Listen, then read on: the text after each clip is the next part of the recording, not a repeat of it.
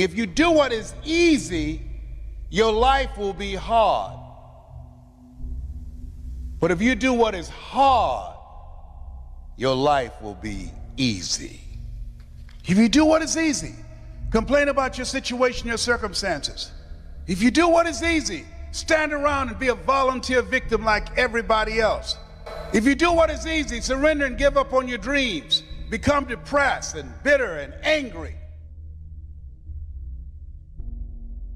Anybody can do that. If you do what is easy, your life will be hard.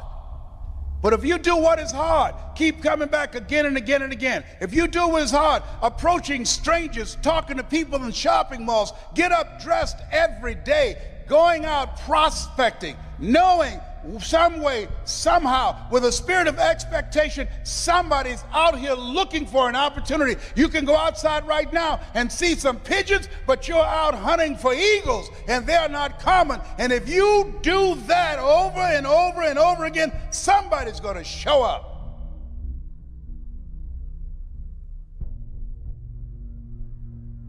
Just acknowledge what's going on. It's called life.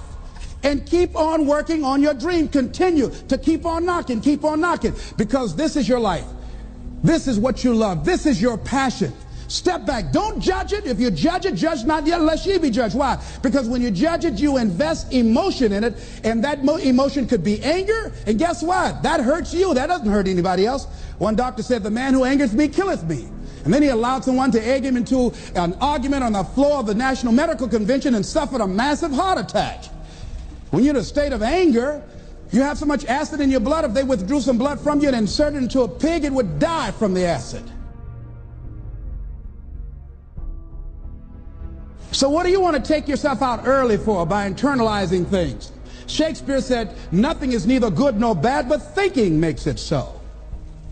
So judge not according to your appearances, but right judgment, and feel that everything is going to work out for you because you're patient, you're persistent, and you're going to be positive no matter what.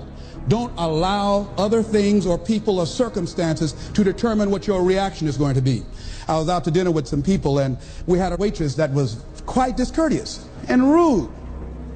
And the people around me took an attitude about it. I learned how to observe life. I think that in order to overcome life, you've got to learn how to observe it. Just stand back and watch what's going on and choose not to buy into it.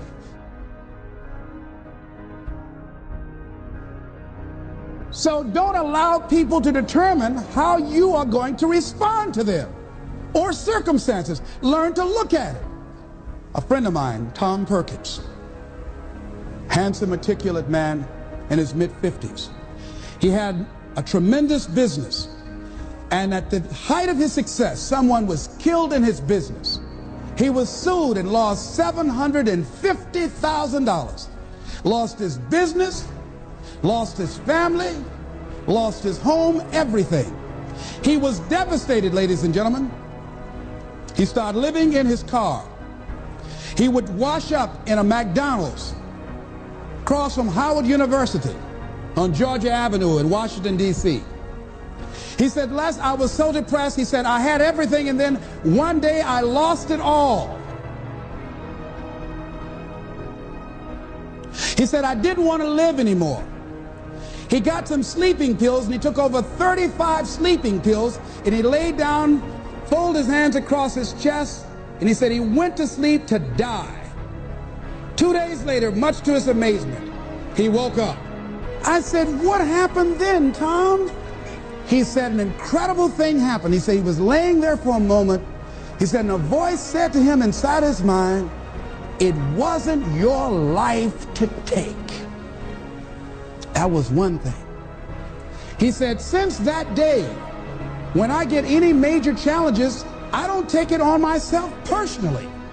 I feel that I've got somebody with me." He said, "I'll never leave you nor forsake you."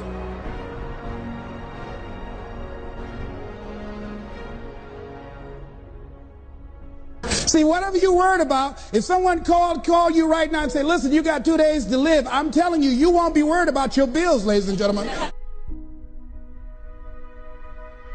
So put things in perspective. Here's something else Tommy said that I think is important. He said that The voice also said to him, if you change your ways, I'll give you far more than you ever lost. Look at your life right now. If you want to keep on getting what you're getting, keep on doing what you're doing. You've got to be willing to change your ways. Your life is working. If you don't like what you have produced, you're a director, you are the star, you wrote this script.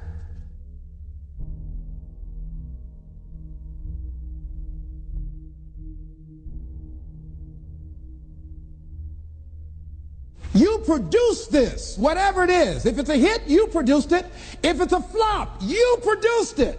Take ownership of it and decide to go back to the drawing board and rewrite the script that you are the star of. You have the power to do that. On this day, you can declare that I'm going to change. As you look back on your life, you can decide that I don't like what I produced here and I want higher ground.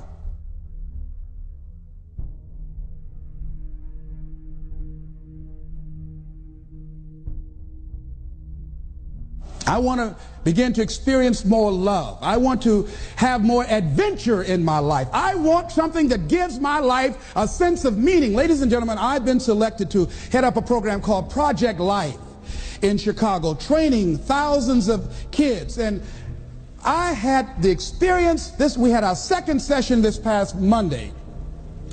And to see these young people when they came in, and to see the young people and the parents and the community volunteers when they went out.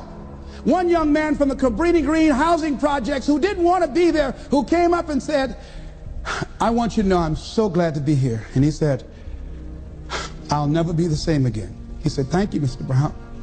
He said, I just got to go now, but thank you, sir. I'll never be the same again.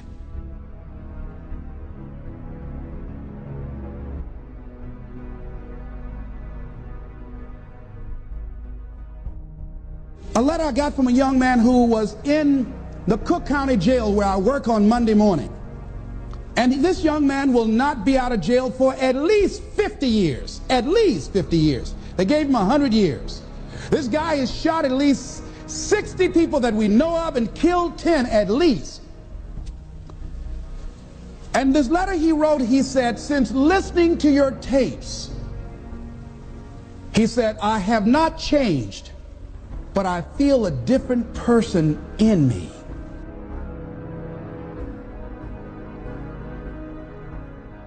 Over 70% of these young men are in there for murder.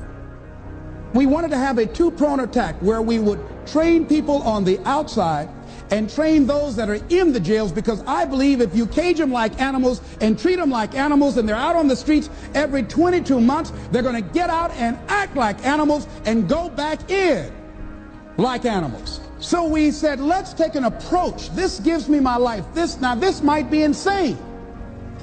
But I felt so good. I believe, ladies and gentlemen, if we can accept the possibility of that this is the decade of consciousness.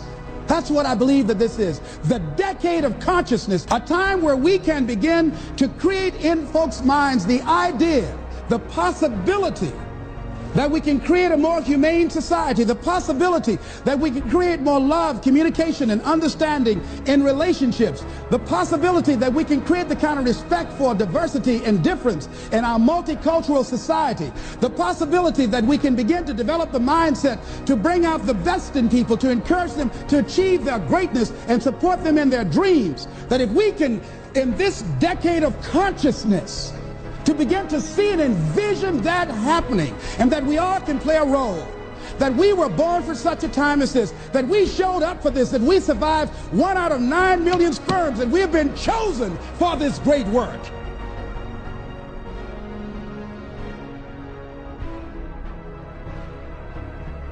Here's something else to recognize. Wherever you are on the ladder of life, and I was reading in Dr. Norman Vincent Peale's latest book called The Power of Positive Living, which I think is his greatest work. And he has something in there, a section called Comeback Power. Wherever you are in life, ladies and gentlemen, you've got comeback power. I don't care how low you are. I don't care what you have done. I don't care what you have experienced. I don't care how devastated your life might appear to be, the shambles it might be in. There's a power in you that can enable you to be stronger and better than anything that's out here. One man who came to the training, he was not a kid. And I knew he had a drinking problem, and he was looking at me, and I could smell alcohol on him. I said, excuse me, come here, come here, come here. He said, what is it? I said, let me tell you something. I want you to know you've got something in you that's stronger than that poison you're putting in your body.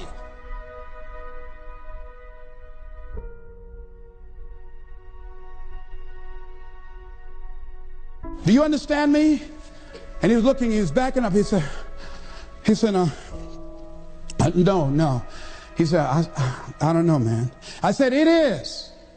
I said, that's why you're here. Something drew you here. And that which caused you to come, you said you want some help.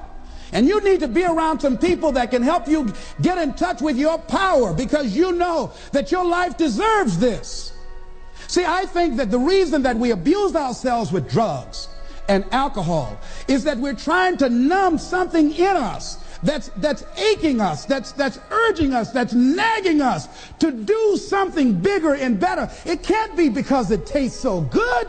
That when we are deluding ourselves or polluting our minds, it numbs us where we don't have to face reality, because we don't know what we've got going for us. See, once you discover who you are, the truth of knowing who you are will set you free from ever wanting alcohol, from ever wanting any kind of drug that's going to destroy who you are.